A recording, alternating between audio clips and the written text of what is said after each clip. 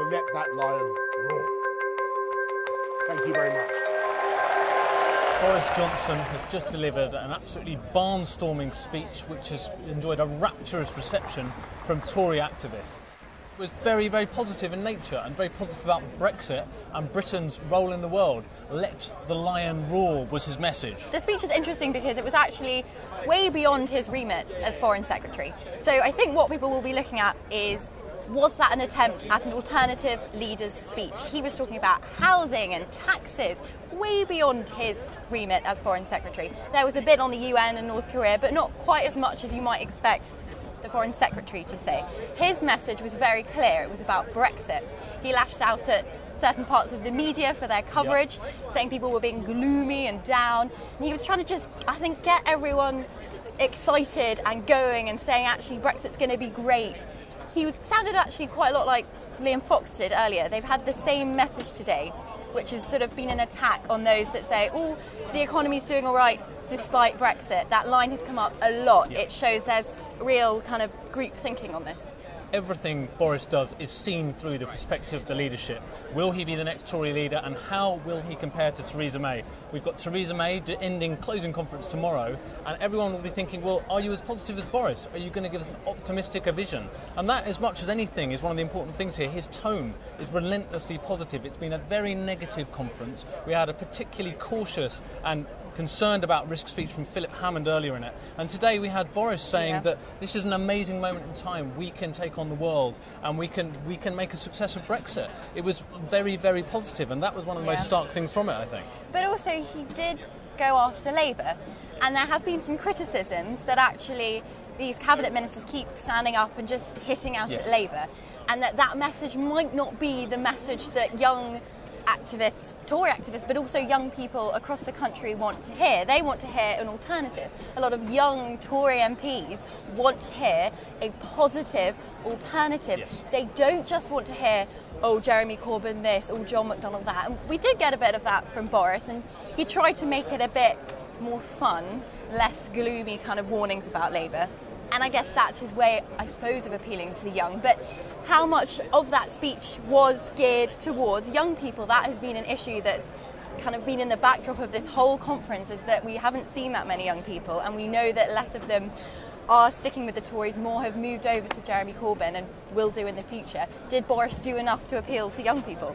I think one of the things with Boris that cuts across is his use of language, and it's always creative and it's always fun and it's always engaging. So his attacks on Labour, lots of people attack Labour for taking Britain back to the 1970s. Today you had Boris comparing Jeremy Corbyn to a zombie who is coming up from the grave to clasp onto the levers of power. You had him comparing John McDonnell to Pol Pot. He was not just attacking Labour, he was making people laugh at Labour. And that is one of the most effective methods of communicating with anyone.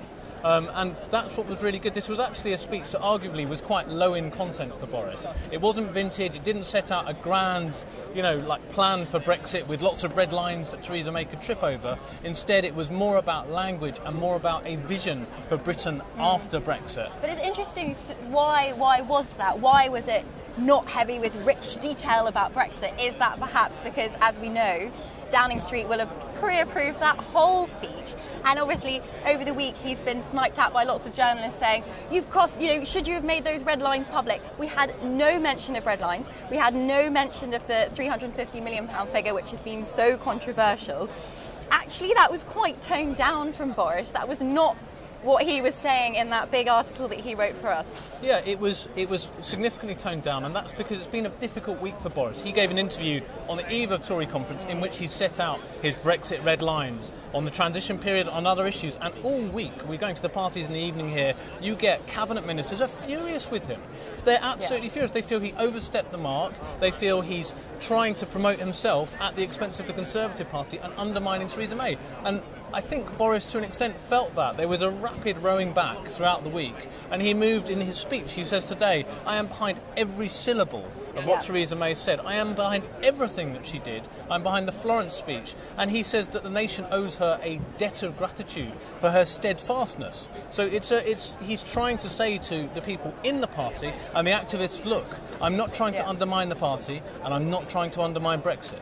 I'm here, and this is my message. I'm behind, I'm one of you, but I want to sell a positive message for Britain, and that's what I'm going to do today. Yeah, you've seen actually a number of cabinet ministers this week saying nobody is unsackable. They keep coming out with that line, and people keep asking them about it, because Theresa May at the beginning of the week, Boris came into this conference bold and strong, and journalists said to Theresa, is he unsackable? She didn't really answer that. So we've seen all her allies coming out and saying he is sackable, and maybe that's why he has slightly toned things down, and that speech was slightly disparate. There were lots of different points covered, but not one total whole package there. And is that because he's had to play things a little bit safer, because he knows maybe he doesn't have too many friends and allies around that cabinet table? At the back of Boris's head, he will know that to become the Tory leader, whenever that is, 2022, 2021, when the leadership contest comes, he needs the support not just of the public, he needs the support of MPs. He needs the support of the Tory party activists to actually get into power. So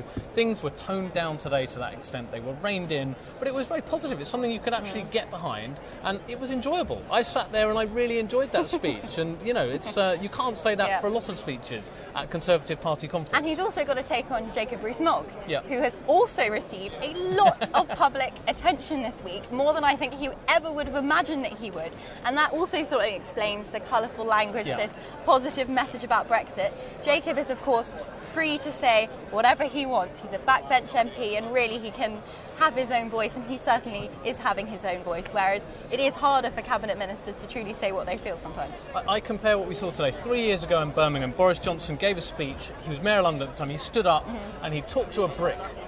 Shortly after that, Theresa May came on the stage and she gave a speech about ISIL and the risks of them obtaining nuclear bombs. And he was written off. He was seen as a clown, a joker, a man that talks to a brick.